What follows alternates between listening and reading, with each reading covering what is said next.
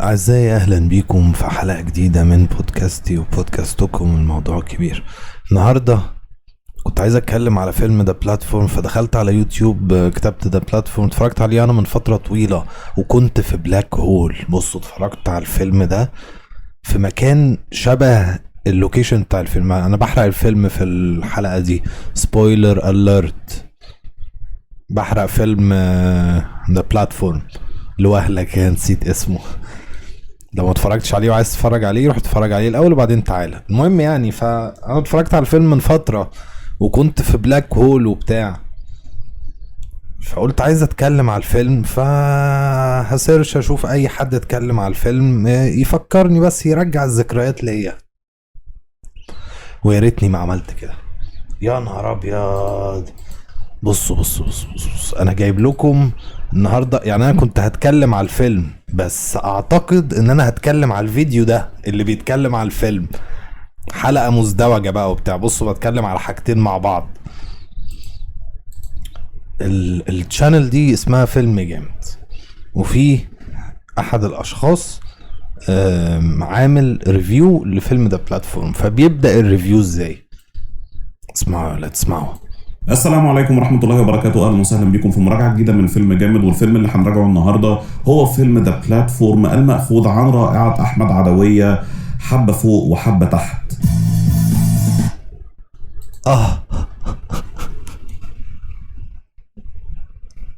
انا قفلت الفيديو هنا، بصراحة قفلت الفيديو هنا، قلت لا، يعني الفيديو ده لو هتفرج عليه لازم اتفرج عليه في حلقة بودكاست، ما ينفعش.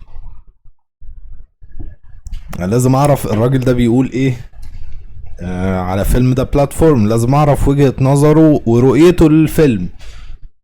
لان انا كده كده مش فاكر الفيلم قوي، هو كان فيلم عادي يعني 7/10، حلو كويس شغال، اتفرج عليه وانت لا، الفيلم مقرف قوي فما تتفرجش عليه وانت بتاكل، الا لو انت مقرف. انا عادي بالنسبه لي بصراحه، ببقى قاعد باكل ولا هممني اي حاجه. المهم، فلقيت الفيديو ده، انا كنت بصراحه اشغل فيلم جنبي هنا كده واقعد افتكر حاجه واتكلم على الفيلم، بس دي فرصه ذهبيه ان انا اشوف الفيديو اللي بيتعمل ده، اشوف الناس بتعمل ايه بقى على يوتيوب. انا خايف بس الراجل صاحب الفيديو يكليم الفيديو بتاعي. بلاش فاكس، خلونا نتكلم على الفيلم نفسه. ادي نتفليكس. شفت انا بقى يا اولاد. هي لازم الدخلة كده مصيبة، بعمل مصيبة. شفت انا الفيلم ده في بلاك هول في اوضة كده. بصوا، اوضة مربعة تمام، فيها سرير من هنا، سرير من هنا، وكنبة من هنا، ومقفولة على بعضها كده بدولاب. فانا كنت قاعد حاسس ان انا في الفيلم، في المكان بتاع الفيلم. استنى اوريكم المكان بتاع الفيلم، تعالى كده بس شوية. فين؟ انتوا مش شفتوا الفيلم يا اولاد؟ الزنازين دي، ايوه انا كنت قاعد في حته شبه دي، كنت حاسس ان النص بتاع الحته دي هو الهول بقى، الخرم ده اللي البلاتفورم بيطلع وينزل فيها. فكان يعني الموقف غريب، حوار مريب جدا. anyway يعني اتفرجت على الفيلم ده، فيلم اسباني بقى، جايب لك واحد البطل بتاع الفيلم شبه جيسس، و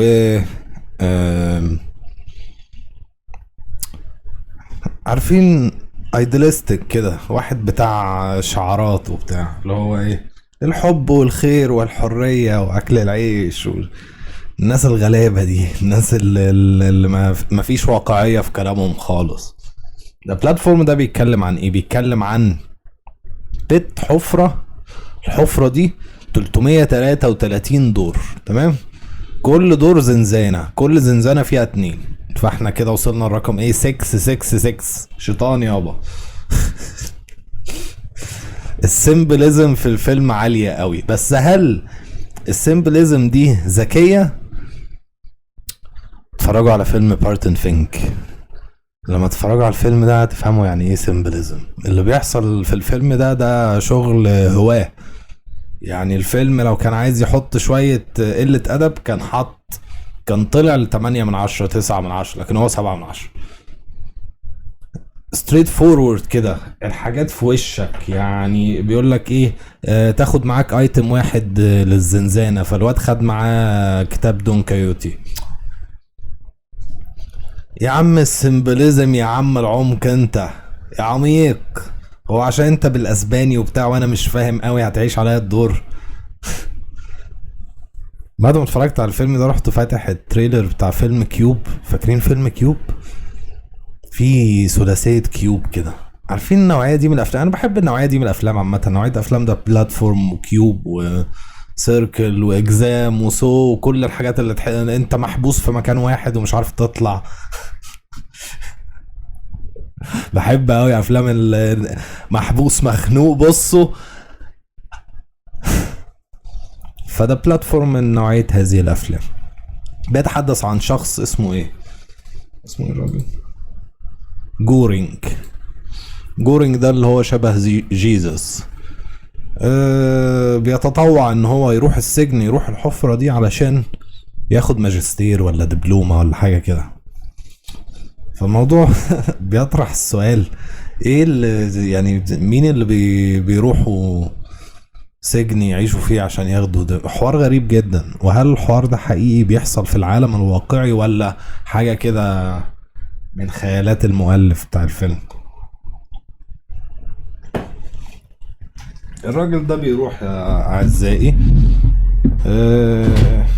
ايديالستيك قوي بقى، عايش الحياة اللي مش موجودة وبيكتشف الوضع المأساوي.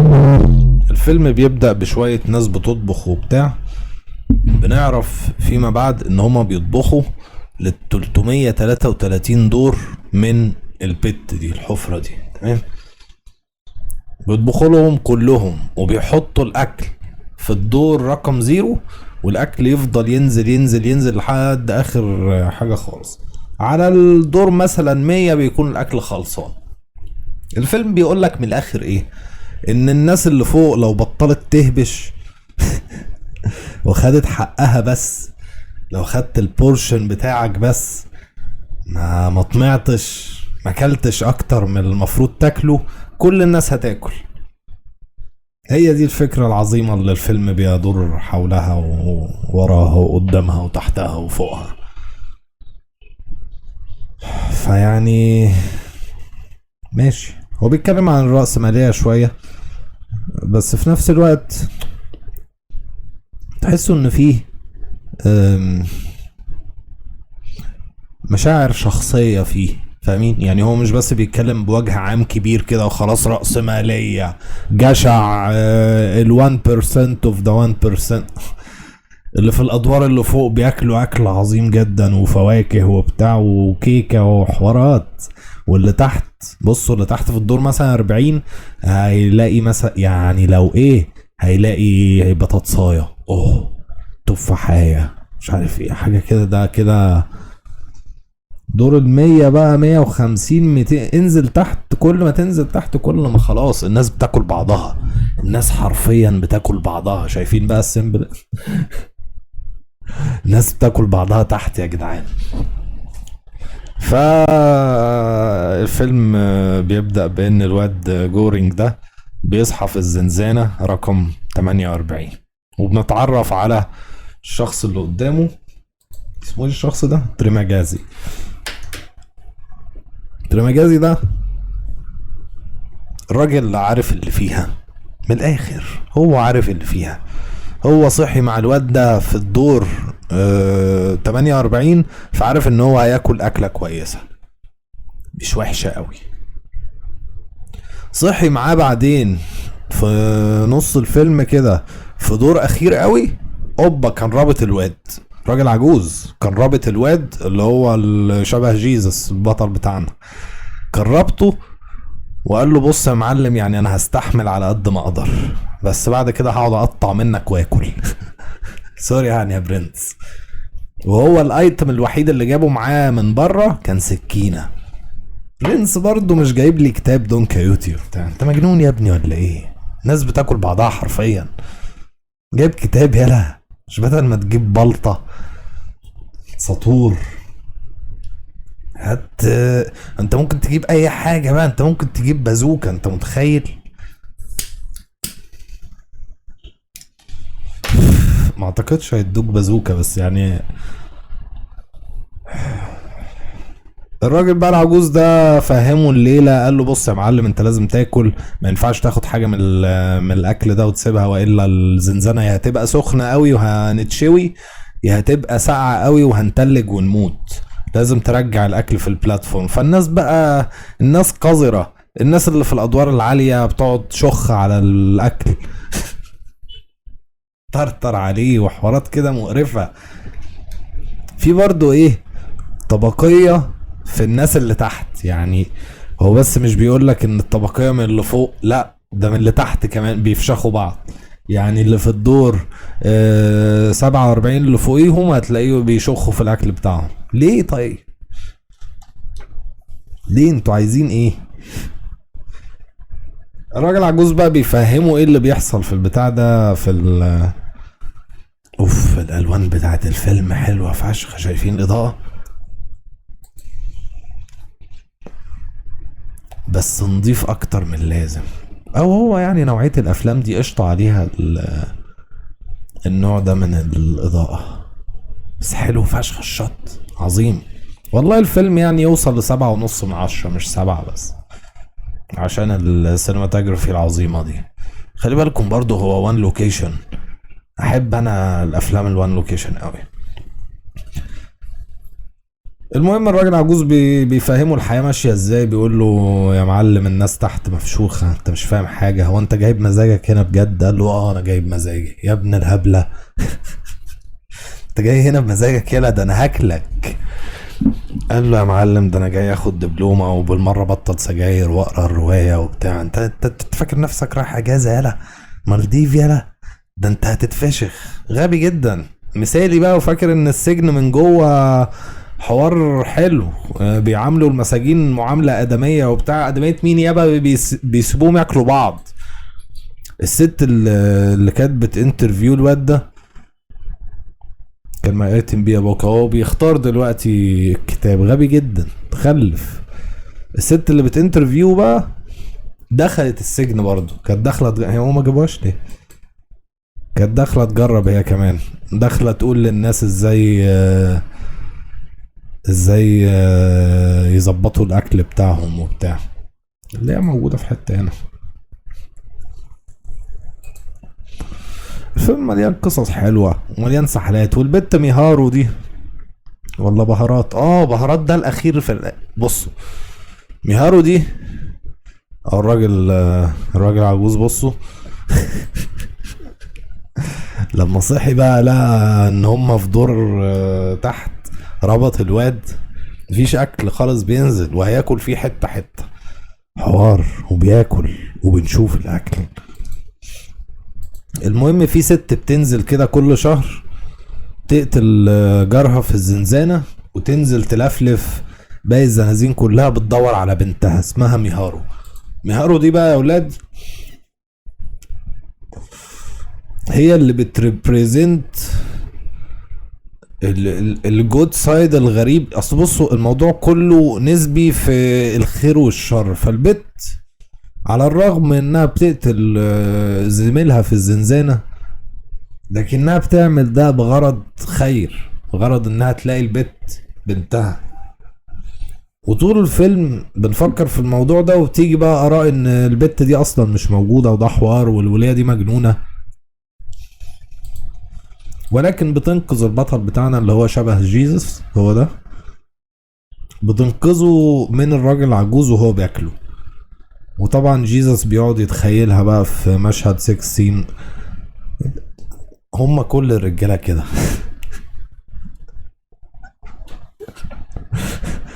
هكدب عليكم يا بنات، البت يعني انقذته وبتاع، وهو راح يحلم بيها بقى. واقعي جدا الفيلم. المهم صحي لقى نفسه مع مين؟ مع الشرطيه اللي عملت له الانترفيو. ما كناش شوفنا ده بقى. هي دي قررت هي كمان تدخل حفره وتظبط البورشنز بتاعت الاكل وبتاع.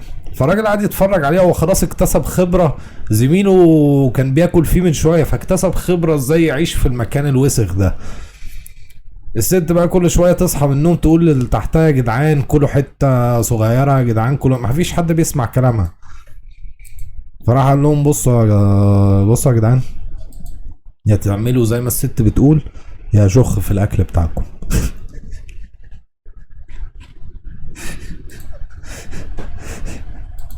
سمعوا الكلام. فهو بيستغل الشيء السيء في انه يحقق مصلحة كبرى. لما دول ياكلوا حتة صغيرة ودول ياكلوا حتة صغيرة ودول ياكلوا حتة صغيرة كله هياكل. هو بيكلمك عن توزيع الثروة.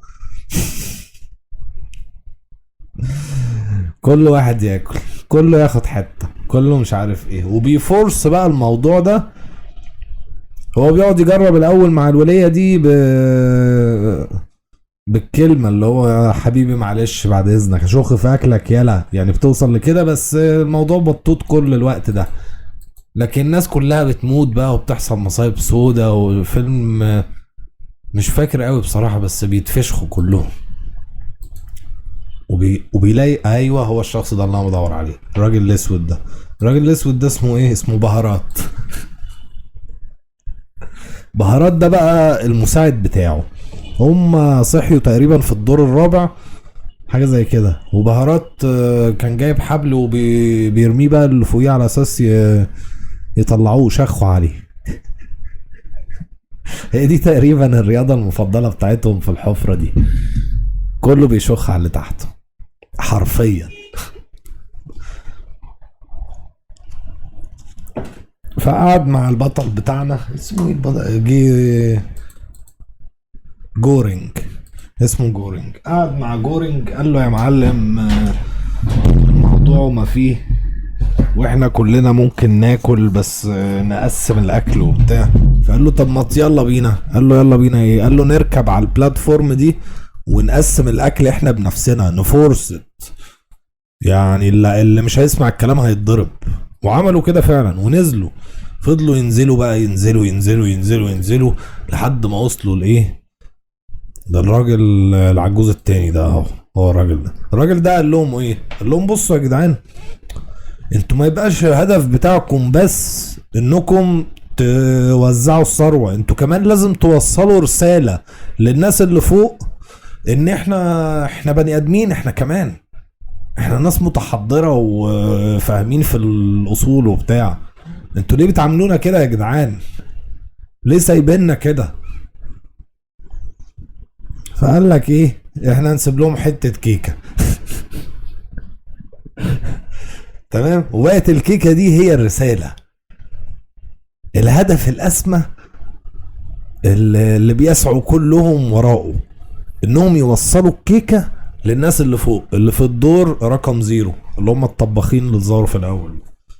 فلما الناس دي تشوف الكيكة فيقولوا اوبا، ده في موضوع تحت، ده في حوار، ما يلا بقى نبص عليهم. فيبصوا عليهم يلاقوهم بياكلوا لحمة بعض. فيعني بصوا، هو الموضوع برضو في امل ان الناس اللي فوق ناس طيبة مش شريرة. انا اعتقد انها ناس شريرة فشخ. ده اللي عامل الحفرة دي واحد سادي نازي. بصوا ايه، لا دي مش يعني الحفرة دي معمولة تسلية لأحد الأثرياء اللي من عيلة ثرية. عارفين الثراء القديم، الفلوس القديمة دي فلوس مش من 100 سنة و200 سنة، لا فلوس من آلاف السنين موجودة في العائلة. هو واحد بقى طالع منهم مجنون عمل الحفرة بتاعت الفيلم ده. المهم يعني قال لك الكيكة هي الرسالة نوصلها للناس اللي فوق بتاع، يعني حتى لو وصلت هاكلوها عادي. مش هيحصل حاجة، بس في امل، فنسيبهم يعني بالامل اللي هم يعني انا خلاص مش مهم. فهم نازلين لقوا مين بقى؟ لقوا البت الصغيرة اللي امها كانت، ده امها ماتت تقريبا. لو البت الصغيرة مستخبية في حتة تحت، هي البت دي. والبت كانت جعانة تمام، وما كانش فاضل على البلاتفورم غير الكيكة، والكيكة هي الرسالة، وهم وصلوا لاخر دور. البت كانت مستخبية في اخر دور ولا الدور اللي قبل الاخر، مش عارف، حاجة زي كده، مش مهم قوي يعني. ففاضل الكيكة بس، هم عايزين البلاتفورم ده يطلع تاني ويطلع بالكيكة، بس البت جعانة، البت هتموت، فادوها حتة الكيكة. وجيزس نام حلم ان البت هي الرسالة مش الكيكة. فاحنا مش هنطلع للناس اللي فوق الكيكة، احنا هنطلع لهم البت. اوبا الواد بهارات مات. لكن البطل بتاعنا جيزس خد البت، حطها على البلاتفورم ونزل بيها تحت في مشهد غريب بقى جدا. المفروض ان ده ديستوبيان فيوتشر، يعني في تكنولوجيا شريرة بقى وبتاع. فنزل الراجل تحت والبت على البلاتفورم، وهو نزل من على البلاتفورم وراح للراجل بقى ايه زميله في الزنزانة اللي مات. ظهر له تاني، قال له ايه يا معلم، ايه اللي جابك هنا وبتاع، واحنا مسيرنا نطلع من المكان الوسخ ده. انه عادي من الافلام كده، اول ما تخلص تحس ايه يا عم اطلع بقى من الخرا ده. وتقريبا الواد مات، هو الواد مات في الاخر. انا قلت سبويلر اليرت صح؟ الواد مات في الاخر يا جدعان، هي دي النهايه. والبلاتفورم طلعت بالبت بقى فوق. ايه اللي حصل؟ ولا حاجه. احنا كل اللي احنا نعرفه عن الناس اللي فوق انهم بيعملوا اكل حلو ومهتمين بيه وبتاع. بيعبر لك بقى عن قد ايه الناس مهتمة بالمظاهر ومش مهتمة باللي جوه، وايه اللي بيحصل للحاجات دي اصلا وبتروح فين حوارات. بس فيلم حلو لطيف، من هوجة الافلام الاوروبية اللي ظهرت فجأة على نتفليكس. عايش افلام مش وحشة، افلام لطيفة، بس 7/10. ايه بقى الفيديو اللي كان شغال؟ خلونا بس نسمع البتاع دي تاني، يعني هقفل الحلقة، مش ههس ولا حاجة، بس عايز اعرف ايه اللي اتقال ده. السلام عليكم ورحمة الله وبركاته، أهلا وسهلا بكم في مراجعة جديدة من فيلم جامد. والفيلم اللي هنراجعه النهاردة هو فيلم ذا بلاتفورم، المأخوذ عن رائعة أحمد عدوية، حبة فوق وحبة تحت.